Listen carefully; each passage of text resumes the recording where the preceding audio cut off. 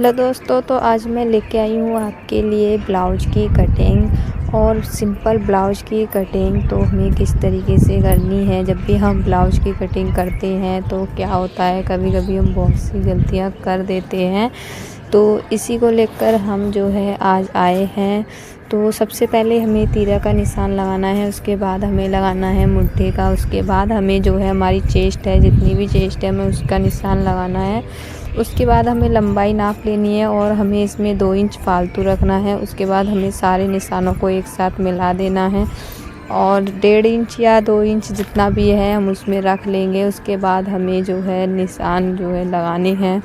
अब हमें सारे निशानों को एक साथ जो है मिला देना है। उसके बाद जो है हम अब आगे का प्रोसेस है जो भी हम करने वाले हैं। अब हमें मुट्ठी की गुलाई देनी है। सबसे ज़्यादा हमें यहीं पर ध्यान देना है। मुट्ठी की गुलाई को हमें अच्छे तरीके से और परफेक्ट तरीके से जो है हमें लगानी है निशान। अब उसके बाद जो है हम अब करने वाले हैं इसकी कटिंग करने के बाद हमें जो है हमने इसमें 2 पल्लू है, हमें उसमें से एक को जो है अलग करना है कटिंग करके। तो हम इस तरीके से जो हमारे मुट्ठी हैं उस तरफ से हम कटिंग करेंगे। उसके बाद जॉइंट हुए दोनों जोड़ों को काटेंगे।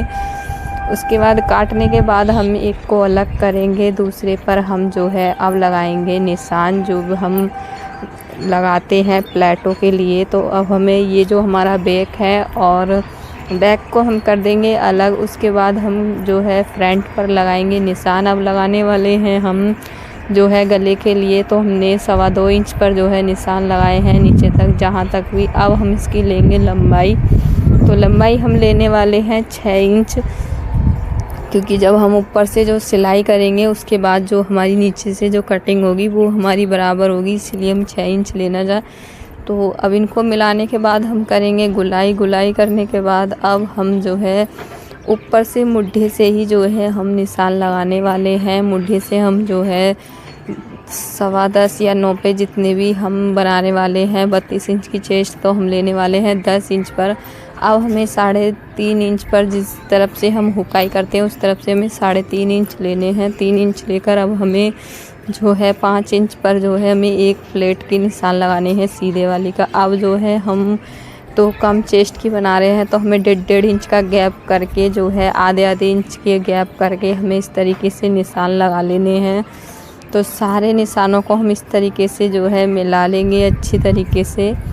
इस तरीके से अब हमें जो है इन्हें मिला लेना है। अब ये देखिए जो हमारी गुलाई है वो परफेक्ट तरीके से आई है और हमें इसी तरीके से जो है अब जो है हमें बैक में जो हम प्लेट का निशान लगाते हैं वो भी हमें जो है 3.5 के करीब लगा लेनी है। और हमें उसके बाद जो है 2 इंच तक देखने के बाद हमें 4 इंच की जो है प्लेट पूरी करनी है इस तरीके से। तो अब हम जो है पीछे भी गले का जो है निशान लगाएंगे। उसके बाद हम जो है 2.5 इंच पर जितना हमने आगे लिया था उतना ही हम पीछे लेने वाले हैं। अब हम लगाएंगे लंबाई। तो लंबाई करने के बाद अब हम जो है इसमें अच्छी तरीके से नीचे से हमें जो है 2.5 पर लेना है, ऊपर से 3 पर। तो इस तरीके से जो है हमें अब करनी है कटिंग। तो इस तरीके से हम कटिंग करेंगे।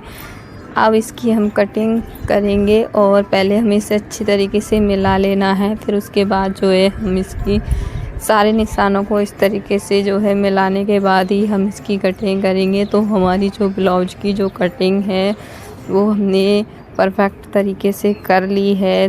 तो इस तरीके से हम गुलाई से जो कटिंग करेंगे तो हमने इस तरीके से जो है परफेक्ट तरीके से कटिंग की है।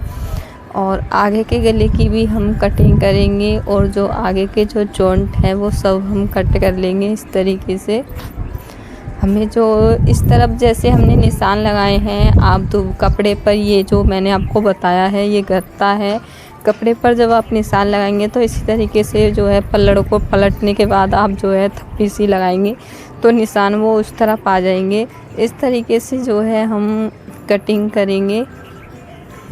अब ये देखिए जो है हमारी जो ब्लाउज की जो कटिंग है अच्छी तरीके से परफेक्ट तरीके से हो चुकी है। अगर आपको हमारी ये कटिंग पसंद आई है तो लाइक शेयर कमेंट